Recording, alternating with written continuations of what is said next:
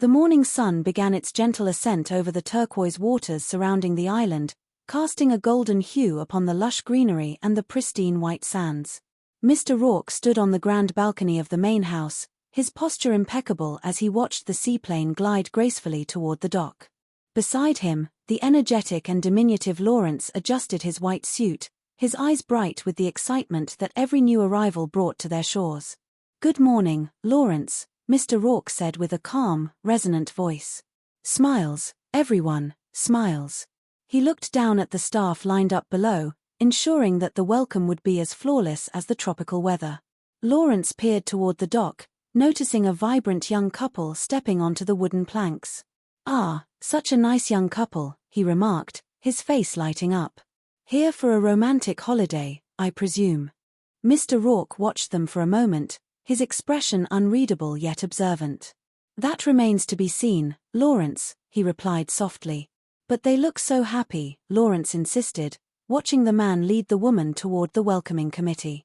"And one of them is," Mr. Rourke corrected gently. "Mr. Gary Tucker is a very happy man. His wife Kathleen is another story." Lawrence tilted his head, curious as always about the inner workings of their guests' lives. "She is here to try to save their marriage," Mr. Rourke continued. "I do not follow you," Lawrence admitted. "Well, you see, Mrs. Tucker has recently discovered that her husband has a mistress." Lawrence gasped softly. "A mistress?" "Yes, and he does not know he has been found out." "No wonder he looks happy," Lawrence muttered, adding quickly, "and not that I approve, sir." "Neither does Mrs. Tucker," Mr. Rourke said. "Her fantasy is for her husband to make a choice between his wife and his mistress before they leave the island." Lawrence looked worriedly at the couple. "Oh, dear. They are starting a vacation together and they are not even speaking. It does not bode well, does it, sir?" Mr. Rourke turned his gaze toward another pair of guests disembarking. "I am afraid you jump into conclusions, Lawrence. The lady is Mrs. Joan Mallory, a widow from Coos Bay, Oregon. The gentleman is Mr. Alan Reynolds, a widower from Bangor, Maine. They have never seen each other before today." Lawrence blinked in surprise. "I stand corrected. There will be no more jumping to conclusions for me." Mr. Rourke smiled faintly. "That is good. I assume her fantasy is to recapture her lost wild youth," Lawrence ventured again, unable to help himself. "No, Lawrence." "No?" Lawrence asked. "No, her fantasy is to get to know a suitable gentleman of her own age." "Object? Romance." Lawrence nodded thoughtfully. "Aha. Then it is safe to conclude that Mrs. Mallory and Mr. Reynolds will not be strangers for very long."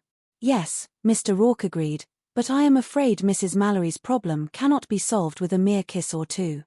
As the guests gathered, Mr. Rourke stepped forward, his presence commanding yet welcoming. "My dear guests, I am Mr. Rourke, your host. Welcome to Fantasy Island."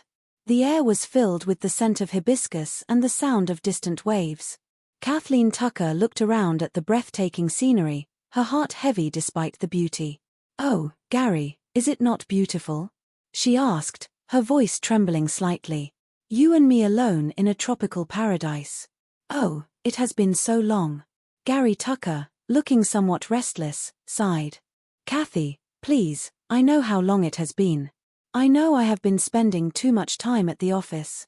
"Gary, I did not mean," Kathleen started to say, but he cut her off. "I know what you meant, all right. Making a career work takes time, lots of it. And I do not want you making me feel guilty about it." Kathleen looked down at her hands. "I did not mean to make you feel guilty, Gary. Sometimes things just come out wrong." Gary's expression softened only slightly. "All right, hey, forget it. You practically kidnapped me for this vacation, so let us enjoy it. What do you say I check this place out, make some plans for us while you unwind? You can call the concierge on the house phone." Kathleen bit her lip. "I know, but I kind of feel like stretching my legs." Gary nodded dismissively. "See you soon." As he walked away, Mr. Rourke approached him. "May I direct you someplace, Mr. Tucker?" "No, thank you, Mr. Rourke," Gary replied. "I will find my way around." "May I?" he asked, reaching for a drink. Thank you. Kathleen watched him go, her eyes filled with a quiet desperation. I just hope he is not finding his way around to a phone to call her, she whispered, almost to herself. Mr. Rourke, standing nearby, heard her. Why upset yourself by jumping to conclusions, Mrs. Tucker? Because that is all I seem to do anymore, ever since I found out about them, she replied, her voice breaking. When he is out with me, I am sure he is with her, and he is with me, I am sure he is thinking about her. Mr. Rourke looked at her with empathy. What are you willing to risk to find out the truth? Anything, she said firmly. Anything. Well, then, will you and Mr. Tucker be good enough to join me in the Renaissance Garden at noon? Kathleen nodded. All right. Any member of my staff will direct you there, Mr. Rourke said. Will you excuse me? Thank you. Elsewhere on the island, Mrs. Joan Mallory was wandering through a garden filled with vibrant blooms. She was startled by Mr. Rourke's sudden appearance. Well, Mrs. Mallory, I see your fantasy is well underway. I see your fantasy has begun. Joan jumped slightly. What? Can you hear me, Mrs. Mallory? Mr. Rourke asked. What? How are you doing? Oh, better now that I know I am not deaf, she laughed nervously. Good, Mr. Rourke said. Joan sighed, looking at the flowers. Mr. Rourke, if you have a minute, I would like to talk to you about something. Oh, certainly. Do you mind? She asked, gesturing to a nearby bench. Thank you. Now, I am starting to have second thoughts about my fantasy. Oh? Mr. Rourke inquired. Back home in Coos Bay, in the middle of a cold drizzle, coming to a tropical island and having a romance, it seemed like just what the doctor ordered, Joan explained. But, well, now that I am here, I feel, maybe stupid is an understatement. Mr. Rourke looked at her kindly. Is that really how you feel about it? Joan looked away. I cannot fool you, can I, Mr. Rourke? My real problem is it seems too soon. My husband has not been dead that long. How long has it been? Mr. Rourke asked. 10 years, she replied. 10 years. Mr. Rourke noted. So it was not exactly yesterday. Just then, Lawrence approached with several beautiful garments draped over his arms. Here are the dresses for Mrs. Mallory's perusal, sir. Excellent, Lawrence. Excellent, Mr. Rourke said. Mrs. Mallory, may I suggest that these gowns would be a wonderful addition to your wardrobe? That is, if you decide to go ahead with your fantasy. Joan looked at the exquisite fabrics. These gowns would be my wardrobe? Indeed, Mr. Rourke confirmed. Joan took a deep breath, her resolve returning. Let us go for it, Mr. Rourke. On with the fantasy. Later that day, Joan appeared in one of the elegant gowns, looking radiant. You look lovely, Mrs. Mallory. Lovely, Mr. Rourke said. Thank you, Joan replied, smoothing the silk. I do not even feel like me. And this is very nice. Oh, better than nice, Mr. Rourke agreed. And now there is someone I would like you to meet. May I? He led her toward a distinguished gentleman. Mrs. Joan Mallory, Mr. Alan Reynolds. Alan looked at her with genuine interest. Do not I know you? Joan smiled. Even if you do not, I am sure you will both soon remedy that, Mr. Rourke said. Would you excuse me? Joan turned to Alan. I will see you later, Mr. Rourke. Thank you. Alan looked at the beautiful surroundings and then back to Joan. It is a beautiful day. What do you say we make some memories together? Joan's heart fluttered. Hi, she said softly. Hi, Alan replied. Back at the main house, Mr. Rourke was speaking with one of his assistants.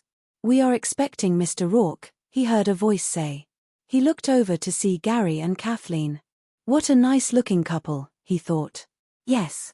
And, Miss Sinclair, did you extend my invitation? He asked his assistant. Yes, sir, she replied. In fact, she is on her way now. Good, Mr. Rourke said. Lawrence stepped closer. If you do not mind, sir, I checked on the lady. Miss Sinclair does not seem to appear on any of our lists as having put in a request for a fantasy. Yes, Lawrence, I know, Mr. Rourke said. Then why is she here? Lawrence asked. Because she is Mr. Tucker's mistress, Mr. Rourke revealed. Lawrence was stunned. The mistress of that Mr. Tucker? I believe there is only one Mr. Tucker registered with us. Is not that so, Lawrence? A stylish woman approached them. Ah, Miss Sinclair, Mr. Rourke said. You must be Mr. Rourke. Welcome to Fantasy Island, he greeted her. Well, thank you for the intriguing invitation, Ellen Sinclair replied. You are most welcome. And do you still promise me that mysteriously unforgettable weekend you spoke? She asked. Absolutely, Mr. Rourke assured her. It will begin if you come right this way. Ellen looked toward the garden. But, sir, do you not think it is a bit crowded over there? It will be by at least 1, Miss Sinclair, Mr. Rourke said enigmatically. Ellen paused. Mr. Rourke, I love fun and games as much as anyone else. But I do like to know what game I am playing. What is this about? A marriage, Miss Sinclair, Mr. Rourke explained. No, more precisely, a triangle. And the bringing together of the principal players. Ellen looked skeptical. Well, you sound like you need a social worker or a stage manager. But not me, Mr. Rourke. I mean, where would I fit in? Unfortunately, in the middle, Mr. Rourke replied as they entered the Renaissance Garden. Mrs. Kathleen Tucker, I would like you to meet Miss Ellen Sinclair. Kathleen froze. Ellen. Gary exclaimed, his face turning pale. Ellen. He repeated, unable to move. Mr. Rourke stepped back. And Gio, if you will excuse me, I must welcome the afternoon plane. Lawrence. As they left, the tension in the garden was thick enough to cut. Kathleen was the first to find her voice. All right, I will go first. What is this? Some kind of a joke? Some kind of a rotten, lousy joke? Ellen looked at Gary and then at Kathleen. She knows, she realized. Of course I know, Kathleen snapped. What do you think, I am stupid? You have to be deaf, dumb and blind not to know. Gary tried to stammer out an excuse. It is not what you think, Kathleen. Oh. What is it then? She asked, her voice dripping with sarcasm. It is a mistake, Gary said. What? Having a mistress or us all ending up here together? Kathleen demanded. Gary looked at Ellen, then at his wife. I am sorry. I am really sorry. But I am leaving, Ellen said, turning on her heel. Kathleen, I can explain, Gary pleaded. I doubt it, Kathleen replied, her eyes cold. Meanwhile, Joan and Alan were enjoying their time together. Very good, Alan said, laughing. I have Kong had so much fun since. Well, I cannot remember. It has been too long. Oh. Joan laughed with him. No, what do you want to do? Oh, that is, unless I have a stroke within the next 5 minutes, Alan joked. Joan smiled warmly at him. Well, I am happy just being with the most attractive lady on the island. Well, that is a very nice thing to say, Alan, Joan replied. I mean it, Joan, Alan said, his tone becoming serious. Tell me, do you think that love at first sight is just for kids? Joan paused. Well, I have never really thought about it. Until now, Alan added. Well then, how about giving it your immediate attention? Joan chuckled. I have thought about it. And I definitely do not think the kids have a lock on it. Ha ha ha. Alan joined in her laughter. Later, they ran into Mr. Rourke again. Well, Mrs. Mallory, you look very jaunty and dashing, he remarked. Oh, Mr. Brock, I am having such a wonderful time, Joan said. I hope to get to the boutique before it closes. I have to get some new lipstick and perfume and... Listen to me, I am carrying on like a schoolgirl. Mr. Rourke nodded. I am glad everything is turning out as you had planned. Oh, there is one thing. But I am sure it will make no difference. What is that? Joan asked. Your son and his family have just arrived on the island. Joan's face fell. Oh, no. How did they find me? Well, your son told me that he became worried when he noticed your suitcases and some of your personal items were missing. And then he apparently found the itinerary for your trip. Was there some reason you did not wish your son to know you were about? Joan sighed. I could Kong very well tell him I was running away from home to. Mother. A voice called out. A younger man approached with his family. We were so worried about you. Oh, Mom, you look terrific. Joan tried to compose herself. Thanks. I am glad to see you, but I really must be going. What is going on here? Her son asked. Nothing, Joan said quickly. I am just having a little holiday. A holiday. That is it, is not it? Her son said, sounding hurt. You think we have been neglecting you at home, so you decided to teach us a lesson. Richard, I have no idea what you are talking about, Joan insisted. I have never thought that ever. And now I really must be on my way. Where are you going? We just got here, Richard said. Nice seeing you all, Joan called back as she hurried away. Richard turned to the host. Mr. Rourke. Oh, I am sorry, Mr. Mallory, Mr. Rourke said. I am sorry. I never interfere in family matters. Well, almost never. Will you excuse me? In another part of the island, Kathleen was sitting by a fountain, looking lost. Mr. Rourke found her there. Mr. Rourke, she said, looking up. I thought you might need to talk. How could you do that to me? How could you spring his mistress on me like that? It is called confrontational therapy, Mr. Rourke explained. It is very difficult to fight an enemy you have never seen. Kathleen sighed. And what did I see? Mr. Rourke, she is as gorgeous as I expected. And she is not some 18-year-old nymphette. What is wrong with me anyway if he is so anxious to have her? It is not necessarily that anything is wrong with you, Mrs. Tucker, Mr. Rourke said gently. Some men just like the adventure, the excitement of someone new. So the marriage gets stale and the romance is there anymore. Who am I kidding? Kathleen said. It is over between Gary and me. Mr. Rourke looked at her intently. You would not be here if you really thought so, would you? No, no, no. No, Mrs. Tucker, you have come to Fantasy Island to find out if you can save your marriage when other women might have given up. Kathleen looked up, a spark of determination in her eyes. Oh, do you think there is still a chance? The answer to that question is exactly what your fantasy is all about, is not it? Mr. Rourke replied. Kathleen stood up. Okay, I may not win, but that octopus is going to know she is in for a hell of a fight. Good girl, Mr. Rourke encouraged. He wants adventure. He wants surprise. He wants something new.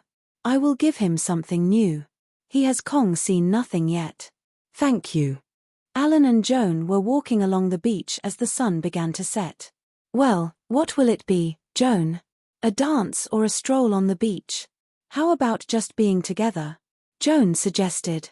I will buy that, Alan agreed. You are a beautiful lady, Mrs. Mallory. And you are a wonderful fellow, Mr. Reynolds. How about that nightcap? Elsewhere, Gary was venting to Mr.